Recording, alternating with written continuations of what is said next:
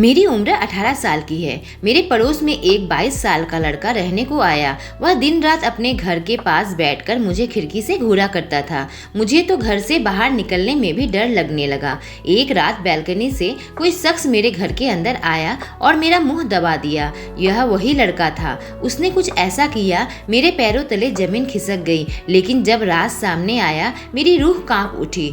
इस उम्र में मैंने वह सब कुछ किया जिसकी कल्पना भी कोई नहीं कर सकता। मेरा नाम पूजा है। मेरे पिता एक ठेकेदार है और मेरी माँ एक कॉलेज के प्रोफेसर है। माता पिता दोनों दिन भर व्यस्त रहते हैं और मेरे लिए बिल्कुल ही समय नहीं निकाल पाते। मुझे लगता है कि हर वक्त यह लोग पैसे के पीछे भागते हैं। मैं घर पर अकेली रहती हूँ। कभी कुछ मेरे साथ अनहोनी हो गई तो?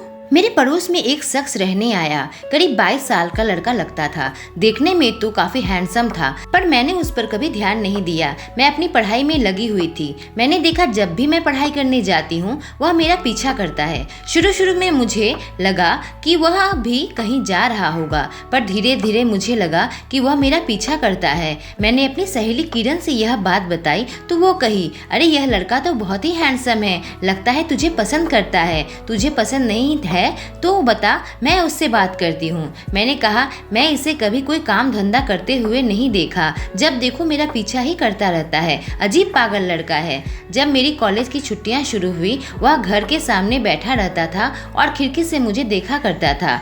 मुझे बहुत ही डर लगता था। एक दिन मैंने ठान लिया कि मैं उसे आज बोल कर रहूंगी। मैं उसके पास गई और कहा, तुम मुझे हमेशा क्यों घूरते रहते हो? उसने कहा, मैं तो अपने घर के सामने बैठा रहता हूँ, मैं तो कभी तुम पर ध्यान ही नहीं दिया। मुझे सुनकर और गुस्सा आ गया। मैं घर के अंदर चली गई। कभी कभी मुझे लगता था अपने माता पिता से इसकी शिकायत करूं, पर मेरे माता पिता कभी घर पर रहते ही नहीं थे, और रहते भी थे तो ऊपर वाले माले में रहते थे, जहां मुझे जाने की इजाजत नहीं थी। शायद उन दोनों को प्राइवेसी चाहिए थी, इसी वजह से मुझे वहां पर जाने से मना कर रखा था। दिन में वह बाहर रहते थे और शाम से रात तक ऊपर ही रहते थे। मेरा और कोई भाई बहन भी नहीं था। मैं बिल्कुल ही अकेली रह गई थी। अगले दिन मैं अंधेरे में कमरे में लेटी हुई थी। अचानक मुझे ऐसा लगा कि कोई है घर पर। मैं उठी कि किसी ने मेरा मुंह दबा दिया। मैं बहुत डर गई। मेरे दिल की धड़कन बहुत ही तेज हो गई।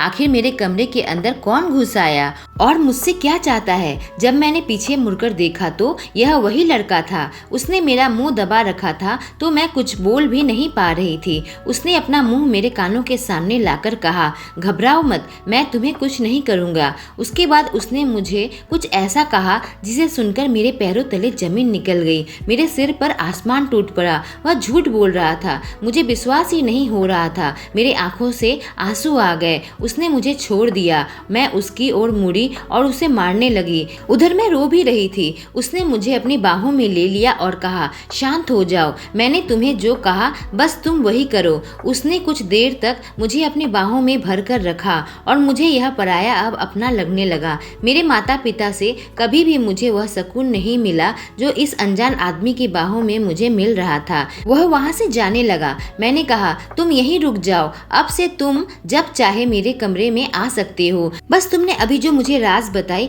मुझे उससे दूर ही रखो। मुझे कुछ नहीं जानना है। उसने मेरी तरफ देखकर मुस्कुराया और वहीं रुक गया। मैंने अपने माता पिता के ऊपर भरोसा करने की जगह एक अनजान शख्स के ऊपर भरोसा कर लिया था। अगर उसने मुझे धोखा दिया या मेरा इस्तेमाल किया तो, पर पता नहीं क्यों वह मुझे सच्चा लगता था। वह रोज मेरे घर में आने लगा। जब मेरे माता पिता घर पर रहते या वह घर पर नहीं रहते, उसका आना लगा रहा। कभी कभी वह प्यार से मेरे सिर पर हाथ फेर दिया करता था। एक रोज घर पर पुलिस आई। तब हम सब मिलकर दोपहर का खाना खा रहे थे। रविवार का दिन था। पुलिस को देखते ही मेरे माता पिता के चेहरे का रंग बिल्कुल ही उड़ गया।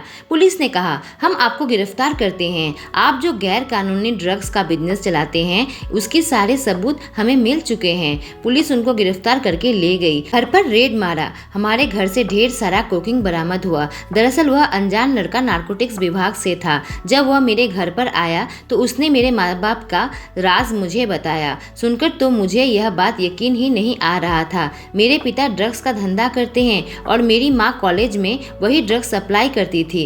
उसने मुझसे से मदद मांगी और मैं मदद के लिए तैयार हो गई। मैंने अपने माता पिता को ना चुनकर सच्चाई का साथ देने का फैसला किया। उसने अपना नाम विक्रम बताया। मेरी मदद से उसने मेरे माता पिता के खिलाफ सबूत इकट्ठा किया।